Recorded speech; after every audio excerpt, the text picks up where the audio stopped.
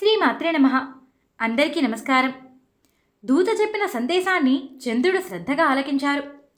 కోపంతో తిరిగి ప్రతి సందేశాన్ని కూడా పంపించారు. దేవేంద్ర, నువ్వు అన్నీ తెలిసినవాడివి, దేవతలందరికీ అధిపతివి, నీవే దేవలోకపు రాజువి, నీ పురోహితుడు కూడా నీ అంతటివారే. మీ ఇద్దరి బుద్ధి ఒకటేలా ఉన్నట్టుంది. ఎదుటివారికి నీతులు చెప్పడంలో అందరూ ఘనాపాటిలాగే ఉంటారు. వారి వరకు వస్తే తప్ప వారి ఆలోచన ఏంటనేది తెలియదు. బార్హస్పత్యుడు రచించిన ధర్మశాస్త్రం ఒకటి ఉంది. ఒకసారి దాన్ని పరిశీలించు. నేను చేసిన పనిలో తప్పేముంది? నన్ను ఇష్టపడి వచ్చిన స్త్రీని నేను నా దగ్గర ఉంచుకున్నాను. బలవంతుడికి ఏదైనా సాధ్యమే. బలం లేనివాడు దేన్ని దక్కించుకోలేడు. బలవంతుడే ఉండి కూడా ఇది నాది కాదు, ఇది మాత్రమే నాది అని గీతలు గీసుకోవడం బుద్ధి లేనివాడు చేసే పనే అవుతుంది. తార పూర్తిగా నన్ను ఇష్టపడి నా దగ్గరకు వచ్చింది. అంతేకాదు, గురువు మీద పూర్తి విరక్తితో ఉంది. అందుకే తనక్కడికి రావటానికి ఇష్టపడటం లేదు. నేను ఆమెను తిరిగి బృహస్పతికి అప్పగించను. నువ్వు దేవతలందరికీ కూడా రాజువి, నీ ఇష్టం, నువ్వు ఏది చేయాలనుకుంటే అది చెయ్యి అని దూతకు చెప్పి పంపించారు. ఇదే మాటని దూత ఇంద్రునికి తెలియజేశారు. ఈ మాటలు విన్న ఇంద్రుడు మండిపడ్డాడు. కోపంతో సమావేశాన్ని ఏర్పాటు చేసి యుద్ధానికి ప్రకటించబోయాడు.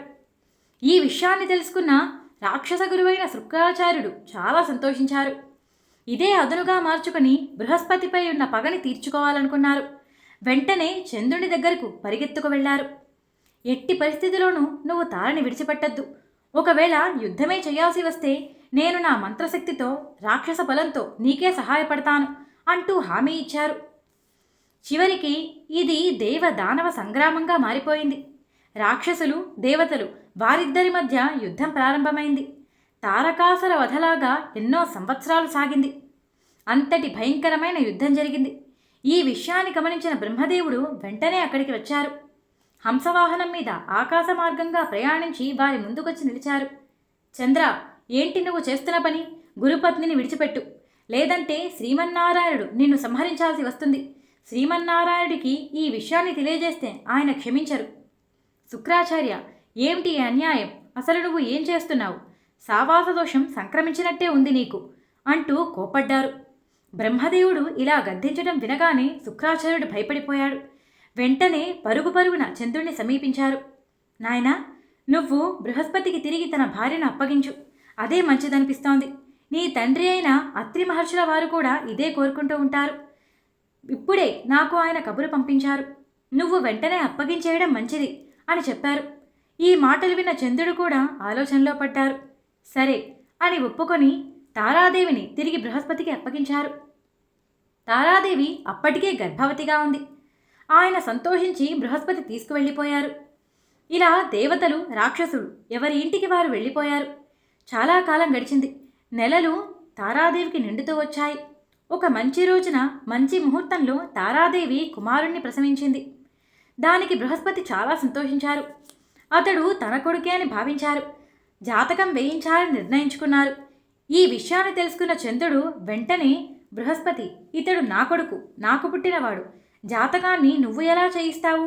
శాస్త్ర ప్రకారం అది నేనే చెయ్యాలి అంటూ మాట్లాడారు. ఈ మాటలు విన్న దేవగురువైన బృహస్పతికి చాలా కోపం వచ్చింది. ఇతడు నా కొడుకు, నీ కొడుకు అంటావేమిటి? నేనివ్వను అంటూ కోపంగా మాట్లాడారు. ఇది తెలుసుకున్న బ్రహ్మదేవుడు వెంటనే అక్కడికి వచ్చారు.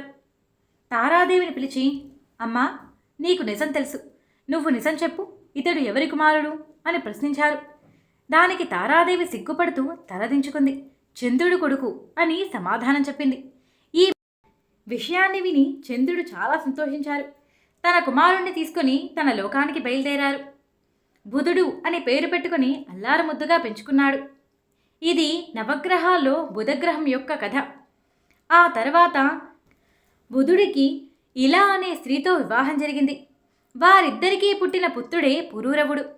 మీరు అడిగిన కథ ఇతని గురించే, శ్రద్ధగా వినండి అంటూ ప్రారంభించారు.